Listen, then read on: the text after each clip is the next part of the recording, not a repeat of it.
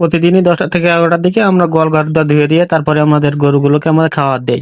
তো আসসালামু আলাইকুম ওয়া রাহমাতুল্লাহি ওয়া বারাকাতুহু। কেমন আছেন সবাই? আশা করি ভালো আছেন। আমি আল্লাহর রহমতে ভালো আছি আলহামদুলিল্লাহ। তো প্রতিদিনের ন্যায় আমরা সকাল 10টা থেকে 10:30 কিংবা 11টা এর ভেতরে আমাদের গোয়াল ঘরে গরুগুলোর গায়ে হালকা পানি দেই এবং গোয়ালটা সুন্দরভাবে ধুয়ে দেই। দেওয়ার পরে আমরা প্রতিদিনই আমাদের গরুর সকাল প্রথমে আমরা 10টা থেকে 11টার দিকে প্রথমে আমরা কিছু কাঁচা ঘাস দেই, যেগুলো আমরা মাঠ থেকে সংগ্রহ করে আনি। আমাদের বাড়ির সাইডে যেহেতু মাঠ, মাঠে বাড়ির সাইডে মাঠ বলা ভুল, আমাদের বাড়িটাই আসলে মাঠের ভিতরে। তো আমরা প্রতিদিন সকালে 10টা থেকে 11টা এর ভেতর থেকে মাঠ থেকে আমরা কাঁচা ঘাস সংগ্রহ করে আনি।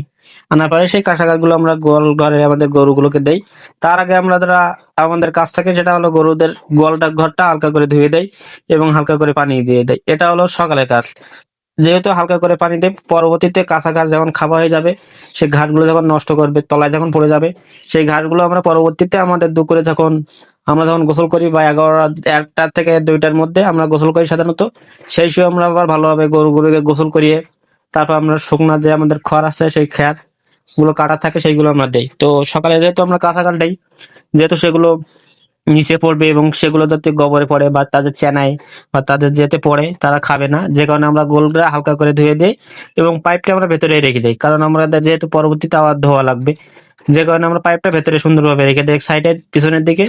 তারপরে আমরা আমাদের যে কাঁচা ঘাস সংগ্রহ করে আনি সেইগুলো আমরা সবাইকে দিয়ে দিই, যাতে করে আমরা এইগুলোকে আর কি তারা খেতে পারে। তো আমরা যেহেতু কাঁচা ঘাসগুলো নিয়ে এসেছি আমাদের বারান্দায় রেখেছি, গোয়াল ঘরের যে ছোট যে দরজা সেই দরজার খানে রেখেছি, এবং ওইখান থেকে আমরা যেহেতু কাঁচা ঘাসগুলো আমরা মাঠ থেকে সংগ্রহ করে আনি এবং এগুলো আমাদের পাশে পুঁইশাক খাত, তো সেই পুঁইশাক খাতে আনা, যেহেতু এগুলো বড় বড় অনেক বড় বড়, এগুলো অবশ্যই নিচে ছড়াবে, খাওয়ার সময় অবশ্যই নিচে ছড়াবে, যে কারণে আমরা এগুলোকে আস্তই দেয় এবং কাটি না, এবং যারা যেগুলো নিচে পড়ে সেগুলো পরবর্তীতে তারা খুঁটে খুঁটে খায় নিচে থেকে। তো সে কারণে আমরা গোয়ালঘরটা সুন্দরভাবে ধুয়ে দিয়েছি, যাতে করে যেগুলো নিচে পড়ে সেগুলো যাতে তারা সুন্দরভাবে খুঁটে খুঁটে খেতে পারে বা তলার থেকে আবার খেতে পারে। তো আমরা যেহেতু বড় বড় একেবারে বড় বড় ঘাট দিচ্ছি, সে কারণে একসঙ্গে বেশি দেওয়া যাবে না। বেশি দিলে হবে কি তারা ছড়াবে এবং বেশি থাকলে বেশি নিচে ফেলবে বা দেওয়াবে, যে কারণে বেশি খাবে না। তো আমরা অল্প পরিমাণে দেবো, পরবর্তী খাওয়া হয়ে গেলে আবার দেবো। এরকম করে করে যে কাঁচা ঘাসগুলো প্রতিদিনই এত করে কাঁচা ঘাস, 1 বোঝা করে কাঁচা ঘাস মাছ থেকে কেটে নিয়ে আনার পরে সেইগুলো আমরা সুন্দরভাবে 10টা থেকে 11টার দিকে আমরা দিয়ে দেই, এবং পরবর্তীতে আমাদের কাজ থাকে দুপুরে 1টা থেকে 2টা এর ভেতরে, 1টা থেকে 2টা এর ভেতরে। কিন্তু জুম্মার দিন যেহেতু একেবারেই আমরা কাজটা মিটে যাই, জুম্মার দিনের হিসাব আলাদা, কিন্তু আমরা যেহেতু অন্য দিনের হিসাব, তো আমরা সুন্দরভাবে চতুর্থ সাইডটা ধুয়ে দেওয়ার পরে কাঁচা ঘাসগুলো দেয় এবং দেওয়ার পরে তারা সুন্দরভাবে এগুলো খায়।